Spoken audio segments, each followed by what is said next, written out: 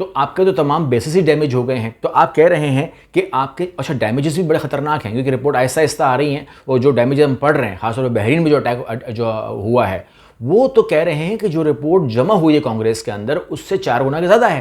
تو مطلب یہ ہوا کہ نقصان کا جو وہ تعداد ہے یا جو ڈیمیج جو ڈن ہو چکے ہیں وہ بہت شدت کے ساتھ ہوئی ہے. تو یہاں پر پتہ لگا کہ یو ایس نے کنسیڈر کیا ہے کہ میں اپنے گلف بیسز کو اٹھاؤں گا اور ان کو اسرائیل لے کے جاؤں گا.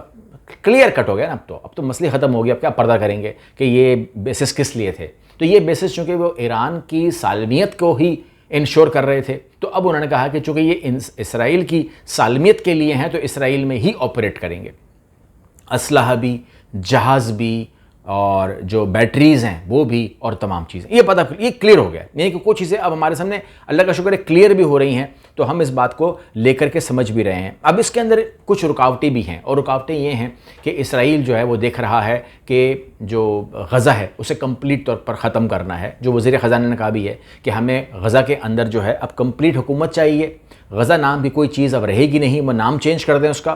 اور 3 آبادیاں جو ہیں وہ تیار پڑی ہوئی ہیں, یعنی کہ 3 سوسائٹیز جو ہیں وہ گورنمنٹ وہاں پر لانچ کر دے گی اس زمین کے اوپر, جیسے ہی نیتن یاہو گرین سگنل دے گا. اور ویسے ہی وہ کہہ رہے ہیں 10 لاکھ لوگ انٹر ہو جائیں گے ویسٹ بینک کے اندر.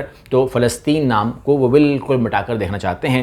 وہیں پر اگر آپ دیکھیں تو سعودی عرب کو بہت سارے غصے ہیں, ٹھیک ہے نا. یہ ایک تو غصہ غزہ کے اوپر ہے کہ وہ کہتا ہے کہ جی پہلے اسٹیٹ بنائیں, 1967 پر آئیں. ایک تو یہ غصہ ہے. دوسرا غصہ جو ہے وہ آپ جانتے ہیں کہ لبنان کے اندر جو کچھ ہو رہا ہے وہاں پر بھی معاملات جو ہیں وہ عجیب و غریب صورتحال ہے. یعنی کہ دیکھیے کہ اس ٹائم ہم کس میں ہیں. لبنان کا جو صدر ہے وہ بات کر رہا ہے کہ جی ہم لوگ بات چیت پہ ہیں اور وغیرہ وغیرہ. اور دوسری طرف رات کو جو رات گزری ہے جنوبی لبنان پر اسرائیلی بمباری کے نتیجے میں متعدد افراد ہلاک اور زخمی. یعنی کہ اس نے وہاں پر جہاز لے جا کر کے بمباریاں شروع کی ہوئی ہیں. تو اگر کسی ملک کے اوپر آپ بمباری کر رہے ہیں تو اس کو ہم کیا کہیں گے.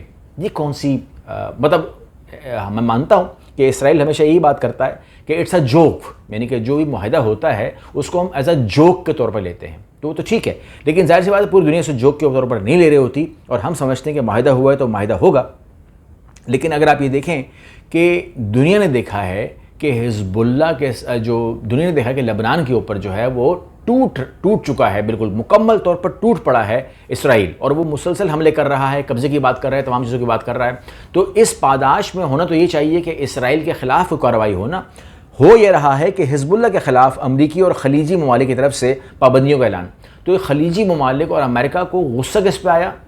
حملہ لبنان کے اوپر اسرائیل کر رہا ہے, غصہ خلیجی ممالک کو اور امریکہ کو حزب اللہ پہ آ گیا, اور انہوں نے کہا کہ بھئی آپ دہشت گرد تنظیم ہو, آپ کے اوپر ہم پابندی عائد کرتے ہیں.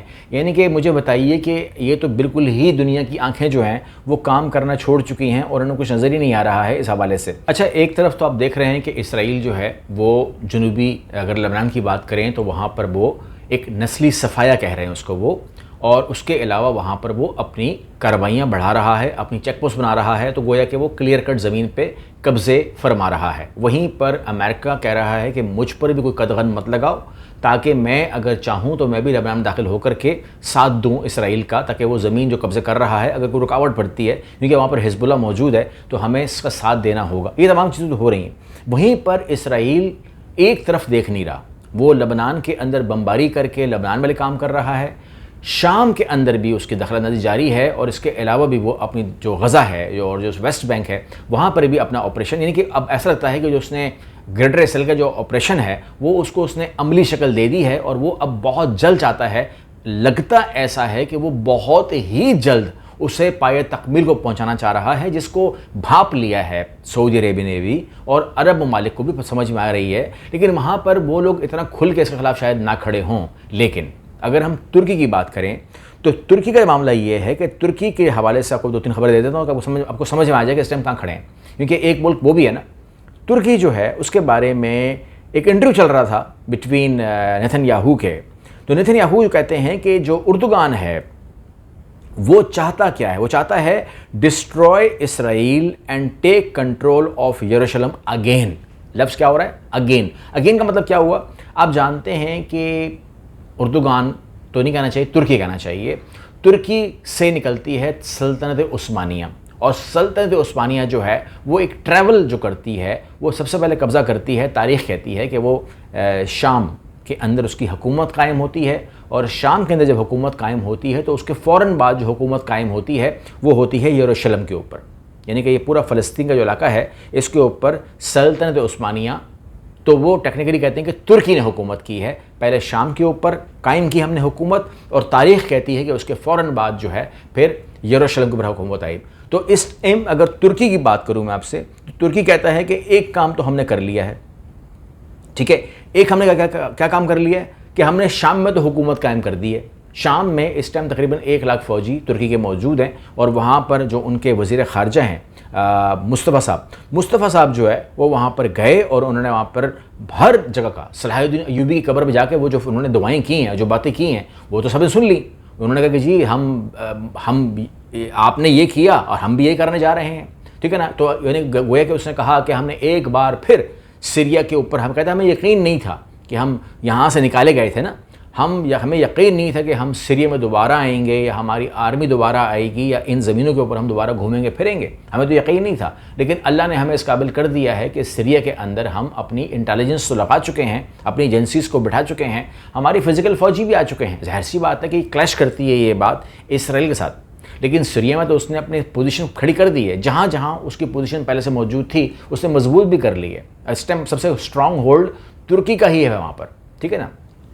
گولان کی سائڈ سے ہٹا دیں آپ, لیکن جہاں پر وہ ہیں وہاں پر تو وہ مضبوط ہیں. اب گولان سائڈ کے اوپر کتنا وہ مضبوط ہوں گے, کتنا کہاں تک وہ آئیں گے ترکی, آئی ہیو نو آئیڈیا. لیکن انہوں نے کہا کہ یہ والا کام تو ہم نے کر دیا ہے ہسٹوریکلی, اس کے بعد دوسرا کام تو یروشلم میں بنتا ہے. تو یروشلم جو ہے وہ ہمیں جانا ہے. تو اس کے اوپر انٹرویو ہوا ہے, اور اس انٹرویو کے اندر اگر آپ دیکھیں تو وہ کہتا ہے کہ آئی think he forgot that 400 years of Ottoman rules are over. تو کہتے ہیں وہ بھول گئے ہیں کہ 400 سال پہلے سلطنت عثمانی کی حکومت ختم ہو چکی ہے.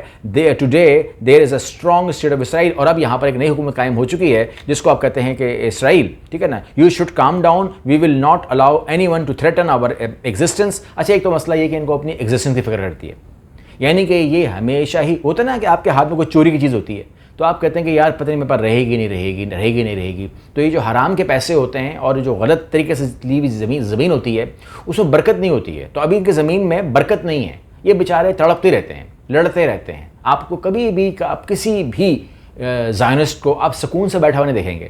قبضہ حملہ مارو, قبضہ حملہ مارو, ان کی زندگی میں یہ چیز فکس ہو گئی ہے. یہی کرتے کرتے ظاہر سی بات ہے جب آپ ایک چیز کو ایکسٹریم کر دیتے ہیں نا, کسی جگہ کے اوپر کوئی آپ کے محلے میں, آپ کے علاقے میں, یا آپ نے سنا ہوگا کوئی بدمعاش رہتا تھا. اب وہ بدمعاش کے بارے میں آپ کیا سٹوری سنتے ہیں کہ بھائی اس نے بندے مارے, یہ کیا وہ کیا, ڈکیتی ہماری زمین پہ قبضہ کیا, سب کچھ کیا. آخر میں کیا ہوتا ہے, کسی گلی میں مرا ہوا پڑا ہوا ہوتا ہے, کوئی مار دیتا ہے اس کو, اور جس کے ہاتھ سے مرتا ہے نا, وہ مرتا ہے وہ کوئی بڑی شخصیت نہیں ہوتا. کبھی بھی آپ دیکھ لیں بدمعاش کی موت ایک معمولی آدمی کے ہاتھ سے ہوتی ہے. اور یہاں پر میں دیکھ رہا ہوں کہ یہ بدمعاش کی جو موت ہے, دنیا میں کون سا وہ معمولی ملک ہوگا جو اس کو مار دے, کوئی پتہ نہیں ہے. تو لہٰذا میں دیکھ رہا ہوں کہ اسرائیل جو ہے وہ اس ٹائم اپنی بدمعاشی جو ہے وہ لے کے چل رہا ہے. اور یہ بدمعاشی اگر آگے چلتی ہے اور ترکی کو بھی لے کر لیتے ہیں تو ان کے دوسرے جو پہلے بھی وزیر اعظم رہ چکے ہیں, یہ نفتالی بینٹ جو ہیں, وہ بھی یہی کہہ رہے ہیں کہ ترکی جو ہے وہ complicated because of big behaviour. اس کے بعد کہتا ہے کہ جی جو I think Erdogan is disaster, ٹھیک ہے نا. وہ کہتا ہے وہ ڈیزاسٹر کہتا ہے ترکی کو. I think he harbours radical Islamic ideology and he hate Israel. تو وہ کہتے ہیں کہ جی یہ جناب اللہ ہمارے خلاف ہے, اس کی آئیڈیالوجی اسلامک ہے اور یہ اسرائیل کے وجود کے خلاف ہے, اور اگر ہم نے اس کو ٹھکانے نہیں لگایا تو یہ ہمیں ٹھکانے لگا دے گا. مطلب یہ ہوا کہ اگر نیتن یاہو کو گرا دیتے ہیں آپ, آج کل اس کا جو پرانا چیف آف آرمی اسٹاف ہے وہ بھی نیتن یاہو کو گرانا چاہ رہا ہے. کہتا ہے اگر نیتن یاہو گر جائے تو آپ سوچیں گے نا کہ امن آ جائے گا اور شانتی ہو جائے گی اور دنیا میں ایک اچھی چیز آ جائے گی. تو مجھے نظر نہیں آ رہا, کیونکہ زائنزم ایک الگ چیز ہے اور وہ چل رہی ہوتی ہے. یعنی کہ نیتن یاہو گرے گا نا تو نیتن یاہو سے بڑا شیطان آ جائے گا, اور یہ بڑا شیطان جو ہے نفتالی, یہ مجھے اس سے بڑا شیطان لگتا ہے, نیتن یاہو سے بڑا شیطان لگتا ہے. آپ سوچئے کہ نیتن یاہو کا اتنا شیطانیت سے بھرا ہوا ایک انسان, لیکن اگر میں کہہ رہا ہوں اس سے بھی بڑا شیطان ہے تو وہ نفتالی بنٹ آپ کو بن کے دکھا دے گا. اور اسی لیے میں کہہ رہا ہوں کہ اس بدمعاش نے پتہ نہیں کس کے ہاتھ مرنا ہے, آئی ہیو نو آئیڈیا. بہرحال خبریں اور ہی میرے پاس ہیں لیکن میں آپ کو انشاءاللہ اگلی ویڈیو میں دے دیتا ہوں. اگلی ویڈیو ملتا ہے. اللہ حافظ.